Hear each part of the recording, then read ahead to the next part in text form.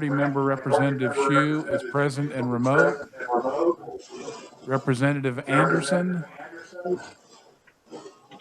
I've not seen yet, but I'll keep an eye out for everybody. Representative Baker is present and remote.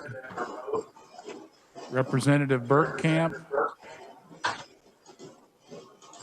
Present. Present and remote. Representative Day. Representative Donahoe. I'm here, sorry. Okay, that was Representative Day is present remote. Representative Donahoe. Representative Finney.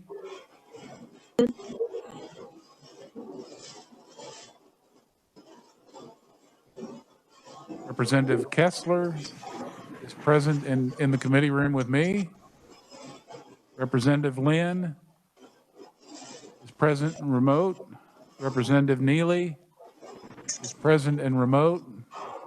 Representative Poskin is present and remote. Representative Samsel. Yeah, I'm here.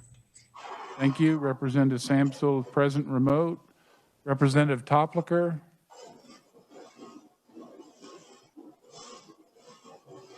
Representative Wassinger.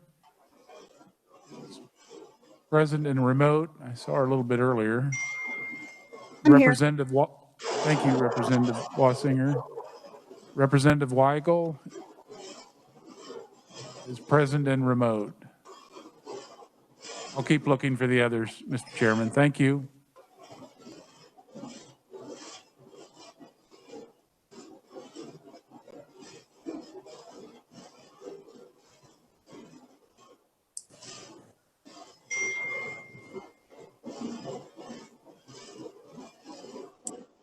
Thanks, Rich. Looks like we've got enough to get underway. We had two hearings scheduled for today.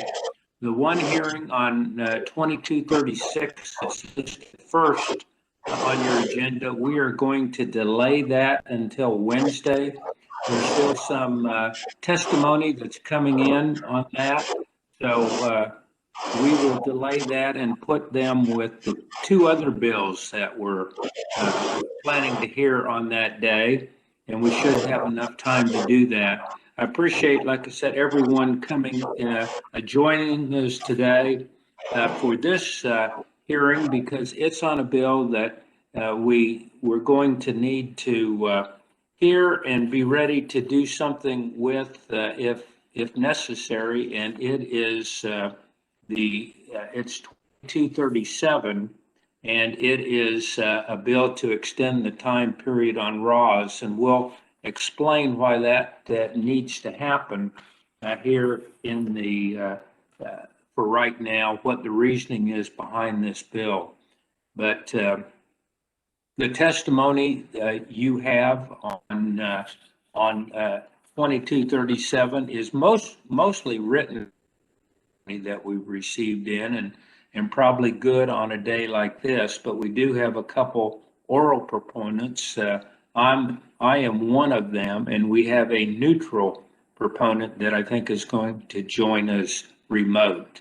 So, so today on House Bill 2237, David, could you take over now and give us a kind of a review of this bill? Yes, thank you, Mr. Chairman. Good morning, everyone. House Bill 2237, this bill would extend the eligible time period for the Rural Opportunity Zone, or RAWS, loan repayment program, and also the income tax credit for individuals who establish domicile within a rural opportunity zone county for 2 years.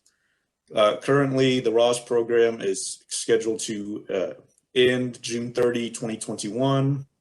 Under the bill, the program would continue through June 30, 2023, and the tax credit would be extended through tax year 2023.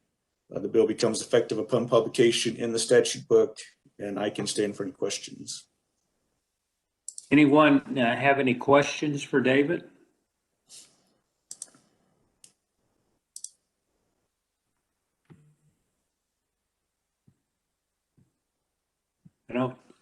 I don't see any. Representative Hoheisel, do you see any?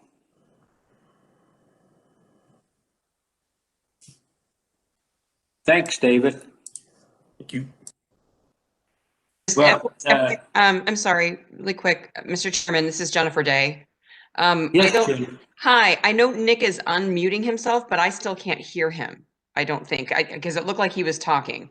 So Representative Hoheisel, when he speaks, I'm not able to hear him.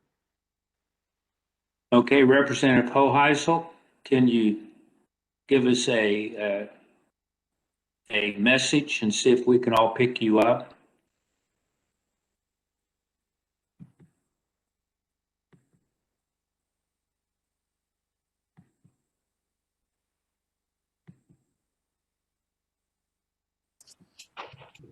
Mr. Chair, I'm always of the opinion that a silent Representative Heisel is the best Representative Hoheisel. Well, thanks. And Representative Hsu, I see you have some assistance today helping you with this. She doing the technical part for you? She your technical person? Yeah, she's my WebEx expert. Representative Hoheisel, are you on? Mr. Chair, can you hear me now? Yes, we can. I do apologize. I have computers. I have no idea what was going on with that computer. I did have one question for David, if I may. David, what was the original length of the RAWS program as far as needing reauthorization? Was it a 10-year program? Mr. Chairman, I don't know that off the top of my head. I'd have to go back to the original legislation and see what that was. Give me a few moments. I could probably find that out for you, though. Okay, not a problem. You could just email it to me when you find that, David. It's not an issue. I was just curious. Thank you, Mr. Chair. And Representative Hoheisel, I didn't catch the first part of your question. What was that? I was just curious about the original legislation for the ROS program and how long the authorization was for. Was it originally set up as a 10-year program, or did you guys have to go in and reauthorize every 5 years? That was the basis of my question. It was originally, and Melissa, you may be able to answer this, but I believe it initially went into effect in 2011. And I believe it's had one extension of the sunset. But Melissa, do you have any information on that?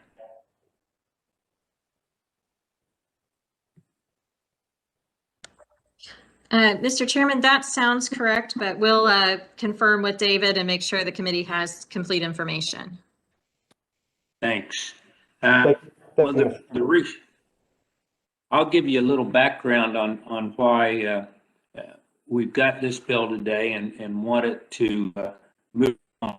It's kind of a precautionary bill because there is a new bill working its way to us that is, I think, more or less a RAWS program on steroids.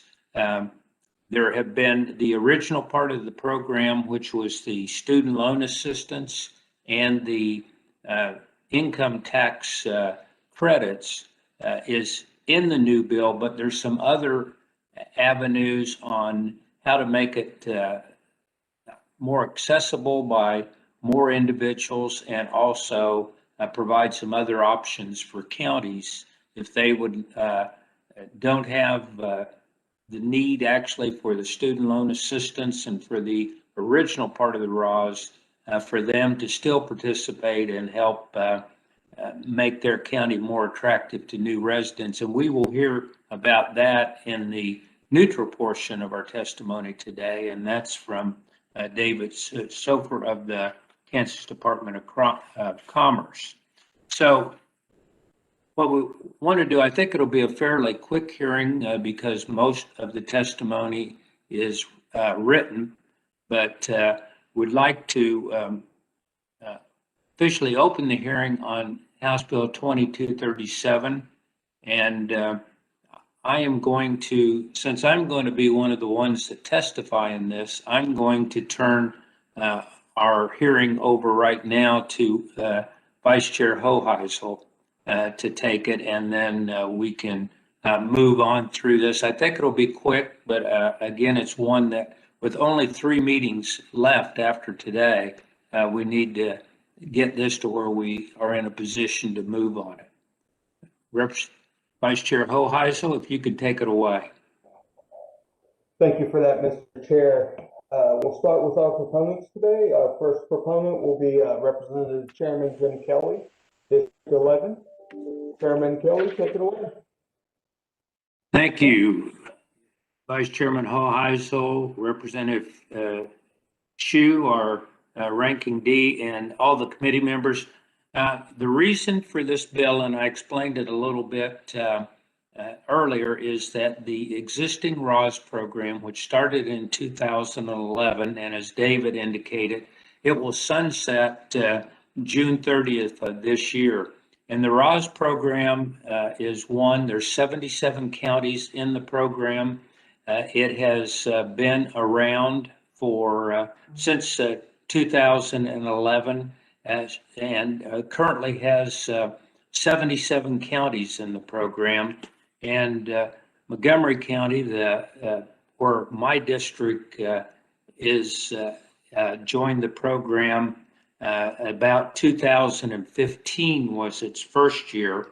And at that time, our principal reason for wanting to get in the program is that we're on the Oklahoma border, and we have a number of industries in the county that have their employees living out of state, living in Oklahoma, especially a number of the professional level employees that come in, engineers and some of the other technical ones. So we joined the program.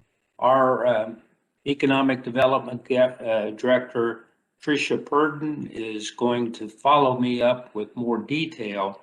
But the program in Montgomery County has had over 125 people sign up to participate in it.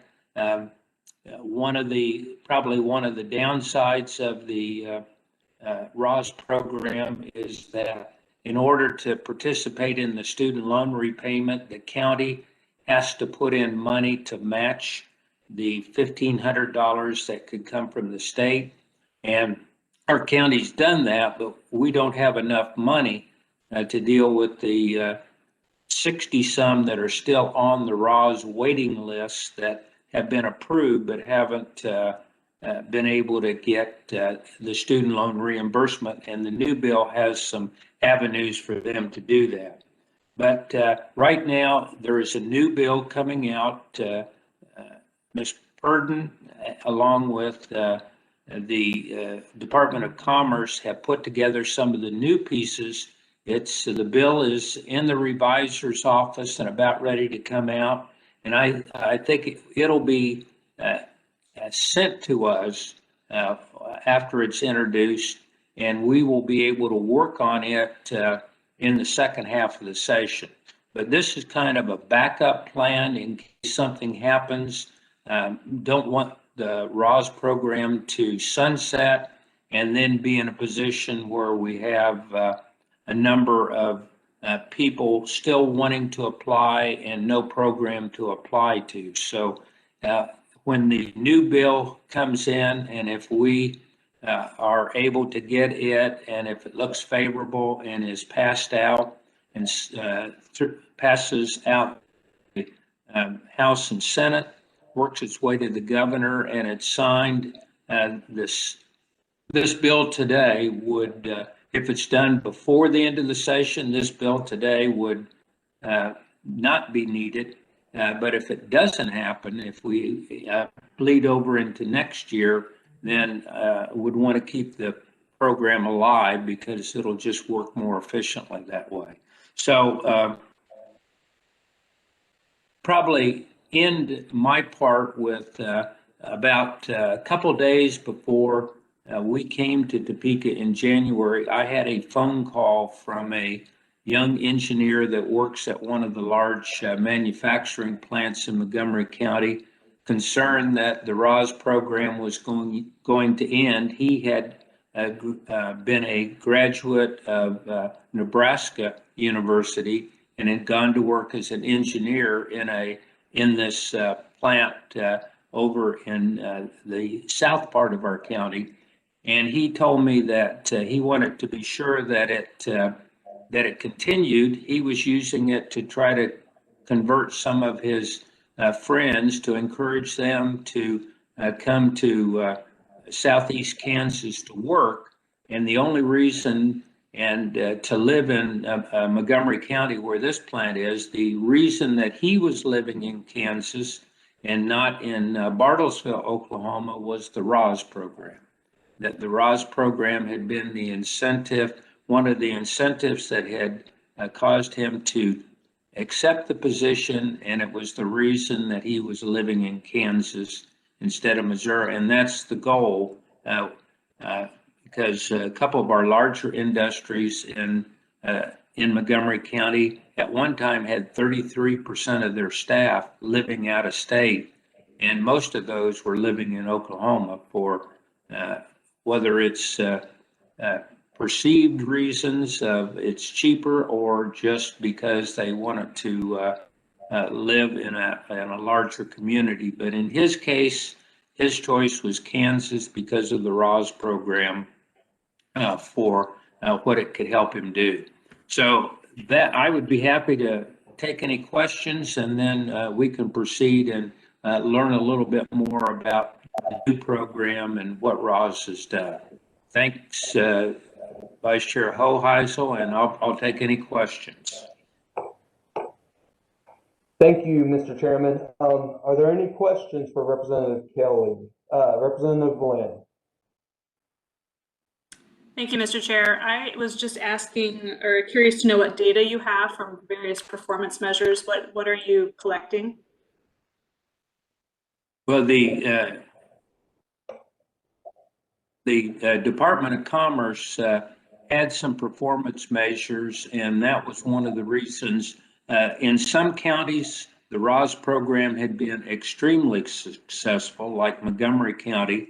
In some, it had not been successful, either because the county didn't participate or it wasn't advertised heavily. And that's the reason that a working group was put together, and Ms. Purdon was on that group to craft a new ROS program that offers more opportunities to have more participation. And so that's the reason for the new bill that's coming out. She'll tell you a little bit more about that, but they did have some performance features, and it did vary from county to county. I mean, our county had, like I said, over 125 applicants. We recruited a number of professionals and technical people into the county for jobs. Our program was successful to the extent that we did not have enough money to match the students that had qualified for the student loan repayment portion of the project. And if they did not move in from out of state, which is the requirement for the income tax credit or portion of the project, they really applied, qualified, but did not have any benefits. So it varied from county to county, and I think you'll probably hear that from the Department of Commerce here in their neutral testimony, and also from Ms. Purdon, who was involved in working on the new bill that is going to make our way to the committee, that it should make it much more, provide much better results and give more counties options if they don't have the funds to supply all of the student loan repayment needs, because they have to. $1,500 is the maximum match for a student loan repayment per year, and to get that match, that comes from the state, and to get that match, the county or a limited number of other matching opportunities have to take place, or that doesn't happen. And in our case, we have 60 some that's not happening because the county is funding 10, and that's all they've been able to do since we went into the program. They've done a total of $15,000 a year, and with no alternative on really how to do it. So that's what's made the program a little less efficient in some counties, is the money that's not available. And I don't know whether that answers your whole question, Representative Lynn, but you will hear, I think, some figures on coming up on the success in some counties versus the really not too successful in a number of the other 77. Thank you, Mr. Chair. I would just be, hopefully we can see those, the actual numbers and the data. That's what I would like to see. Thank you. Thank you for that question. Committee, I do want to point you to an email just forwarded by Rich. It's 2020 annual report of the Ross program. It just got emailed out within the last 2 minutes, so definitely take a look at that. Representative Day. Thank you so much, Representative Hoheisel. Chairman Kelly, I'm just wondering really quick, well, maybe not so much really quick, but do you anticipate that there's any other legislation that we're currently working on this session that would impact the ability for certain counties to fully participate in programs like RAWS? I'm just thinking of, for example, SB 13 that we worked on last week in taxation. So just from my newbie perspective, and just hearing about this program, which seems pretty cool, I'm wondering if in your experience, you see that as being an issue at all. Thank you so much. Well, Representative Day, there's the potential it could be, but the bill that I think that we'll have coming our way has some options that will not require only the county to fund the student loan repayment portion. There's some options for a city could, an employer could, and some other individuals could fund it, and that would put us in a lot better position as far as either if a bill like Senate Bill 13 impacted that, or it would also allow some of the ones that are on the waiting list that they could have some other options that could be approved by the county to provide the funds and still enable them to participate in the program. So I think the new bill would have a lot more opportunities than the current bill that we're looking to just make sure that it doesn't expire. Thank you so much for your help with that, Mr. Chairman. All right, are there any other questions for Chairman Kelly? All righty, seeing none, thank you, Mr. Chairman. Why don't you represent? Yeah, move ahead. Yes, sir. We will move on to Tricia Purdon, Executive Director, Montgomery County Action Council. Tricia, welcome, and I hope you're staying warm today. I'm certainly trying. It's my watch says it's -4 right now in Coffeyville, Kansas. So thank you very much, Vice Chair Hoheisel and Chairman Kelly, for inviting me to come and provide information regarding House Bill 2237. For a little bit of background, Montgomery County Action Council, we are the economic development organization for Montgomery County, but I also work with several Southeast Kansas economic development organizations and chambers, and serve on the Kansas Economic Development Alliance as well. We are excited that Representative Kelly introduced this bill in this committee, mostly because of exactly what he just said. We want to make sure we extend the current sunset date from July 1st, 2021 to July 1st, 2023, in order to allow additional time in case we have another issue like we had last legislative cycle. And of course, you guys have to end session early. And so I know you're going to be hearing from Kansas Department of Commerce about the new bill. But as Jim Kelly said, I also served on that committee over the past several months. I think we started working this concept in late spring of last year and worked on several different options from organizations throughout the state of Kansas, in rural communities, in larger communities. We had participation from the Senate and House on that committee to really talk about the successes and the challenges that the current RAWS program has. Montgomery County, though, has been one of the highest users of the program, although I will say that I think the original intent of the program was to help reverse population decline.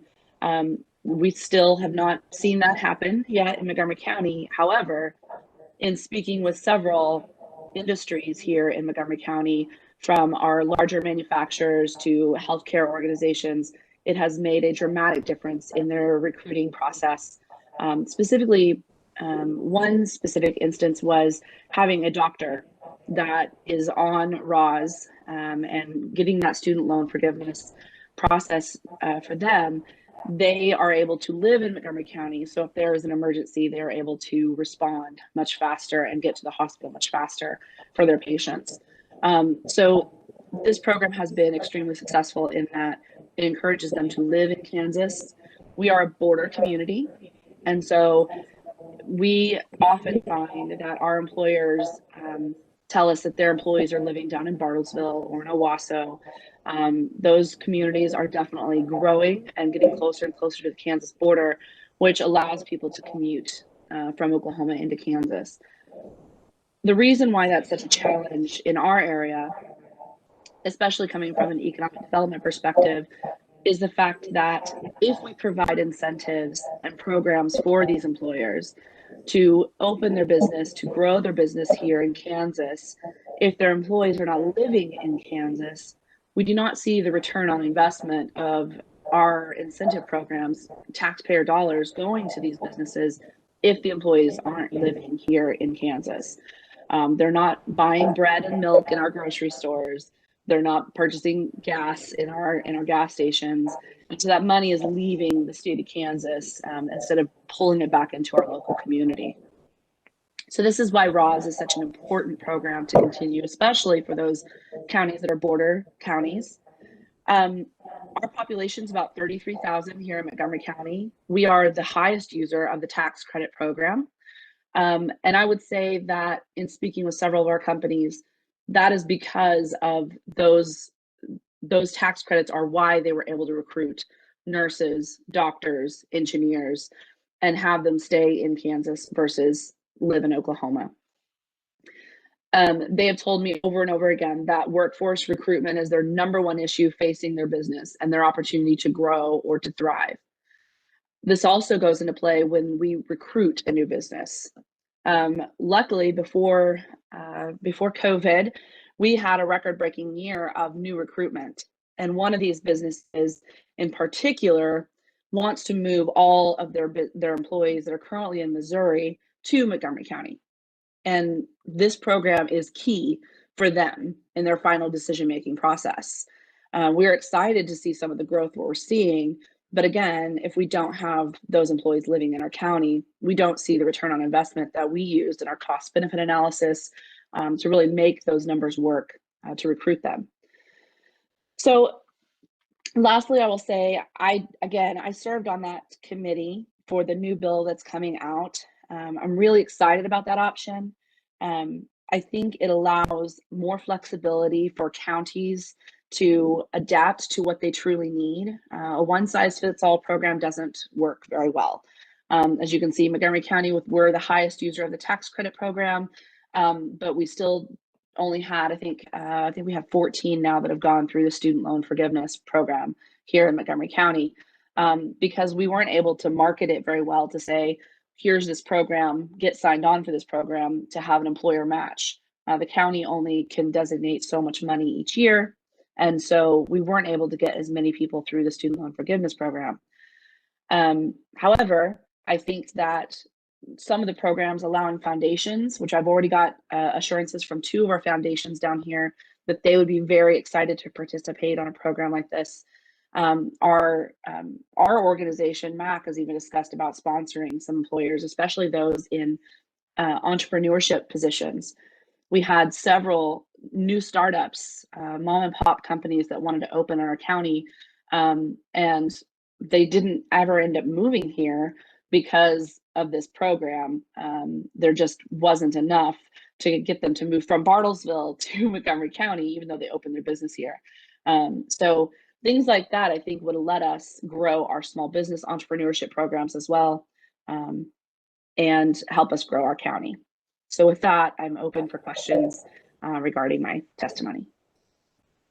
Thank you for that, Tricia. Do we have any questions for Tricia today?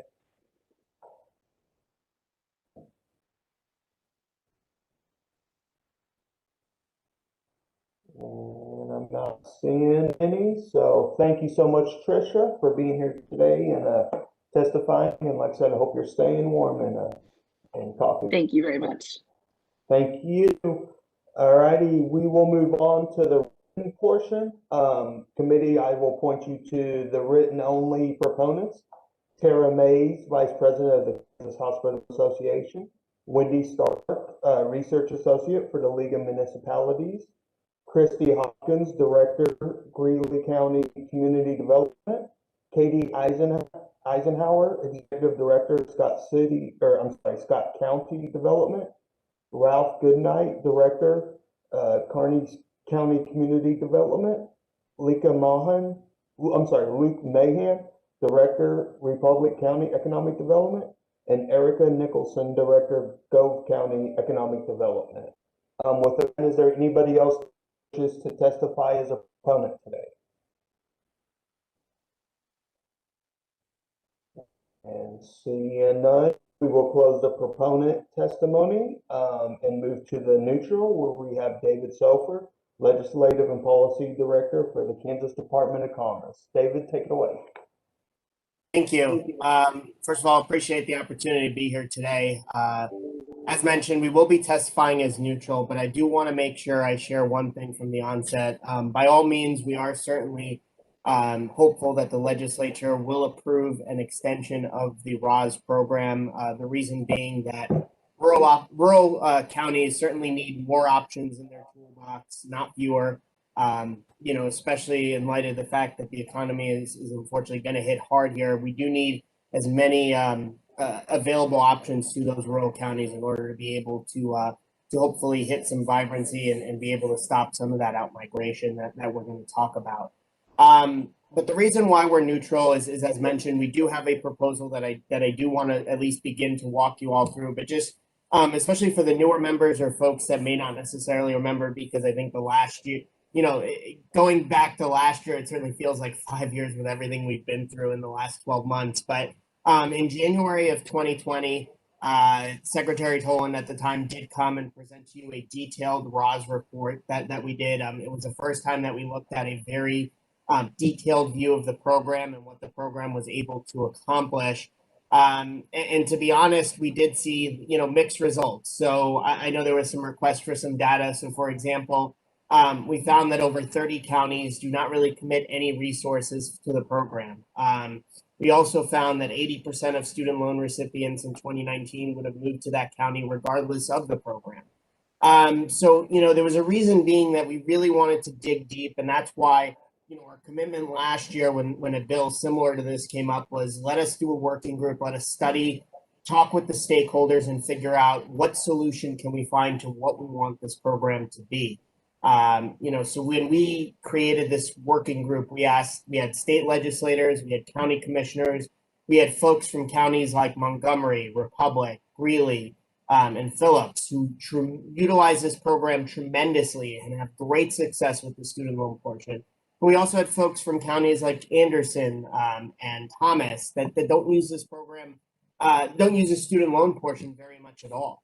And trying to figure out what their needs are, what could we be doing better.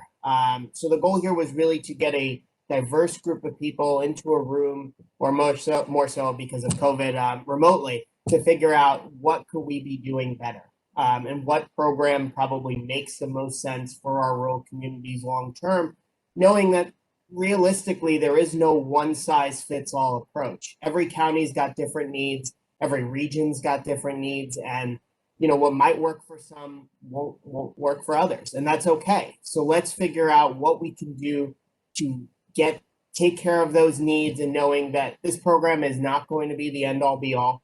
It has to be, it can only be one piece of the puzzle. But nonetheless, one of the things that really came up during that conversation was housing. Housing was a tremendous need that obviously I don't think is any secret, but our counties want to be able to solve. So it's not just being able to build more housing, but also getting folks to move. One of the complaints that we heard about the student loan portion was that folks that come to Kansas to take part of this get the payout on the student loan for 5 years. There's no requirement to stay, and then sometimes they leave right after they get paid out, or go right across the border, or whatever it be. And so we wanted to be sensitive to that and try to come up with a solution that may work better for counties long term in order to increase their participation. Because at the end of the day, if counties aren't really participating in the program, then the program itself is not going to succeed, and you're not going to maximize the results and the efficiency of it. So with that, we did kind of talk through, I think we had about 10 different meetings over the span of 6 months.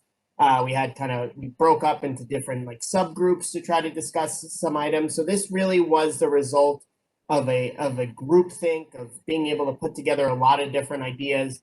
What I will mention to you is we weren't necessarily able to agree on everything. And so there are a couple of things I want to highlight and make sure that hopefully there's a little bit less heartburn on, as they're really meant as kind of a starting point, simply because the group provided a wide variety of answers, and we wanted to make sure that we address those.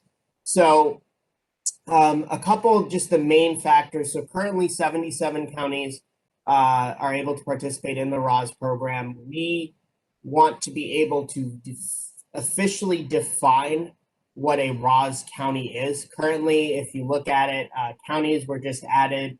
So originally it was 50, and then there wasn't, as we got through to the third and fourth kind of increases, there was not necessarily a specific definition of what a ROS county is. On this one, we weren't necessarily able to agree as a group.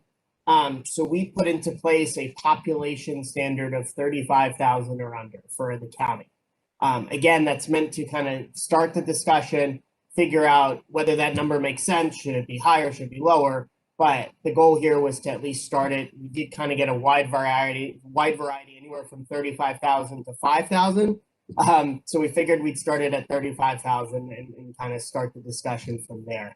A couple of other really important points on this. A lot of feedback was it's not utilized in retention.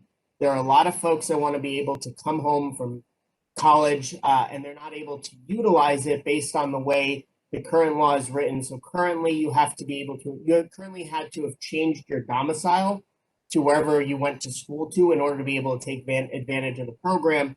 Otherwise, you can't do that. So we want to be able to allow our young graduates to come home, especially if they want to come home long term. So we want to be able to allow folks that do go to school, if they want to come back immediately to Ross County, you could take advantage of that program. Another key piece to this is that currently in the student loan portion, it's only for associates and bachelor's degrees. I think for those of you that certainly, there are a couple that sit on commerce, I know, and certainly those of you that kind of are seeing kind of where the global economy is headed, vocational and tech certificates, that's a big piece of what our rural counties need. And that is certainly a big piece of kind of where the workforce is headed and a focus on that. So we want to be able to include those as well. So if you've got a welder, for example, that wants to come to Ross County, that's great. I know there are multiple, rural counties that certainly need more welders. And so we want to be able to allow them to utilize that tool to be able to recruit. So we do want to expand some of the eligibility there. And then the big piece that we really want to be able to open is, so the governor has committed that if you're happy with ROS as is, that's great. So we still are going to keep the student loan, we'll still keep the income tax. But again, as we mentioned, one of the big things we had heard was housing. And so we want to be able to allow folks to utilize the ROS program for assistance with closing costs. So closing costs, just for those, just to kind of rehash this, it's a little bit different than kind of your down payment. It's a smaller amount. That's why we targeted 3% of the closing costs as opposed to the down payment. The reason being is that we're cognizant of the fact that we've got limited funds for this program currently. And so if you begin to kind of approach the down payment side, we may run out of funds extremely quick. And so that's why we focused more so on 3% of closing costs. Although again, that's kind of meant as a starting point. But the goal here really is to allow folks to utilize this program. If you're interested in purchasing housing, you're interested in living your community long-term, let's utilize ROS to do that. We heard from multiple counties that don't use the program currently that they would be much more inclined to use it for housing than they would for student loans. And so that's why we put the home buyer down payment assistance in there. And then lastly, we do want counties to commit some funds to the program. Currently, as I mentioned, there are 30 counties that do not commit resources. 20 counties do not even allow the student loan portion. That's at its highest rate of all time. So we are seeing kind of a trend of more counties getting away from the student loan portion, and they're just not seeing value in that. So from our end, we put a starting point of $10,000. I do know that may create some heartburn for some of the smaller counties, which is why, again, it's meant to be a starting point to figure out what that right number is. Maybe it's a sliding scale. We weren't able to necessarily find that magical kind of formula in our committee or working group. So we wanted to be able to at least start it from there and be able to discuss that. Now, if all of that is something that a county doesn't want to do or it doesn't add up for them, we do want to create kind of this completely separate track that they can opt into. So you kind of pick and choose. You can kind of pick which avenue you want to go down. So that was Avenue 1, the student loan, the down payment assistance, and the income tax. Second pathway is to create and rehabilitate housing. So it'd kind of be a 5-year plan. It would depend on what your community needs are. So you may not necessarily need 5 years, but basically it would be focused on marketing and community image. So you could be able to attract and retain folks. That also means, being able to make sure that you've got, you have community improvement projects that are taken care of. Your main streets are vibrant. And so matching grants would be provided in order to be able to do that. And then, a 3-year plan really of assessing where you're at with your housing, being able to work with the state to help get kind of a matching fund process to be able to create a pool that you'd be able to pay to, for new housing, and working with the industry itself to be able to figure out how many units make the most sense for your community. And being able to help raise those equity pools. And then again, being able to construct and rehabilitate that housing as well. So we're still working on kind of that second part, being able to draft that into writing for a proposed bill. I think the revisor is working on it currently, which is what a little bit of the holdup is. But as you can see, we really wanted to be able to change the path. One of the biggest things, again, is folks need more housing. And so this could be a tool that is utilized instead of, if a county doesn't believe that the current ROS program is working, maybe some funds towards, rehabilitation of housing, creating new housing is the way to go for them. And we want to be able to provide that option. So that's kind of a quick synopsis into what this new bill would be. Our hope is it's going to be finished here shortly and be introduced. But with that, again, I want to make sure we do want to make sure ROS continues this year. So if for whatever reason we don't get done with being able to get this bill introduced in time and be able to work it, we do think that ROS should be extended. Certainly, if you see some tools in here that you like, feel free to put them in the current bill. But at the end of the day, we want to be able to make sure that ROS does move forward. But we also want to make sure we do address some of the issues with the current program. So if it can't be done this year because whatever reason, COVID doesn't allow it, we do want to come back next year and work on this because it's so incredibly important. We do have to create more efficiencies within the program. So with that, I appreciate the opportunity to testify. I'd be happy to stand for any questions. All right. Are there any questions for David today? It looks like Chairman Kelly. Thank you, Vice Chair. And David, I just wanted to let you know and the committee know is that last night not late, but in the evening, I received an email from the reviser that's working on the bill, and they have it ready shortly to go out for review. So you'll get to see it, and a copy's going to come to me, and so we're close. And hope is that we can get it in, and it will be moved to our committee because it truly is rural development, and then we'll be able to work on it in the second half of the session. So you're really close to getting it to look at. Great. That's exciting news because, yeah, we definitely want to be able to get it to you guys as quickly as possible. Are there any other questions for David?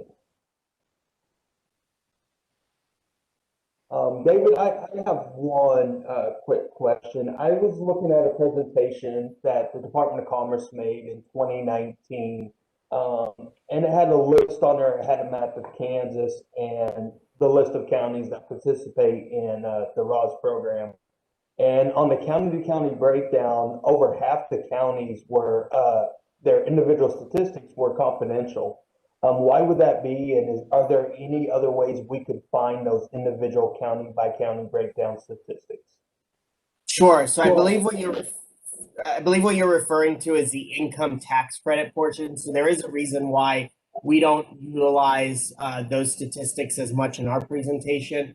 The reason being is that according to Kansas law, if a county has 5 claimants or fewer, the state itself cannot disclose how many recipients of that tax credit there are in a county. So while we have specific data for counties that are larger and have more claimants, there are far too many counties where we're not able to disclose that data. Not even like revenue cannot disclose it to the Department of Commerce, let alone disclosing it in a public document. So it does create a lot of challenges with being able to figure out how many folks are utilizing it in those smaller counties. So that's why it comes up as confidential, and that's why we really try to steer away from some of that data.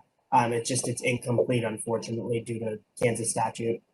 Okay, and what, I mean, I'm not sure if you were around when that statute was put in place. Do you have any reason or rationale why that statute was put in place in the first place? I don't. That would be a question for Department of Revenue, and I can see if I could try to get you an answer on that.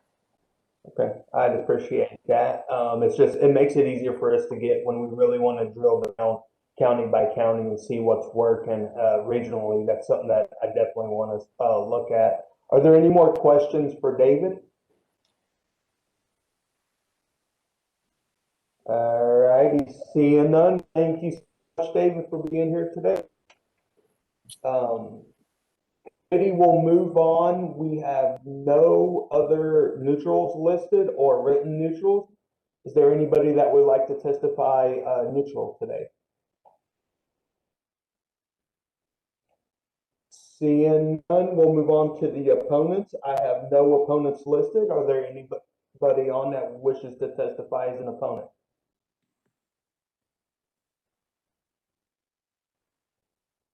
All righty, seeing none, we have no written opponents either, so we'll go ahead and close the hearing on HB 2237, and I will yield the floor back to Chairman Kelly. Thank you, Vice Chair. Excellent job. Appreciate again everyone tuning in, being in the committee room with Rich to hear this. It's something that will come our way. It has the potential to be, with some of the changes discussed, maybe a real development forward. In the counties that ROS has worked, it's worked well. And so that's why I wanted to get this out on our today to hear this. So our next meeting will be Wednesday, February 17th. And so we have 2 meetings to go, but in this first half. On the 17th, we'll have, looks like if everything works out right, 3 bills to hear on the 17th, and then all ones that would have a potential to to do something with which will be a week from this coming Wednesday. So anyone have anything for the good of the committee that you'd like to bring forward right now?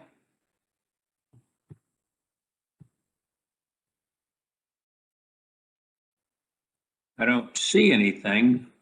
Representative Hoheisel, do you? So No, sir. So with that, we will adjourn our meeting. See you on Wednesday, and I hope the back that I have on my screen will look more like Wednesday than what it really does today. So, warm and stay safe, and see you on Wednesday.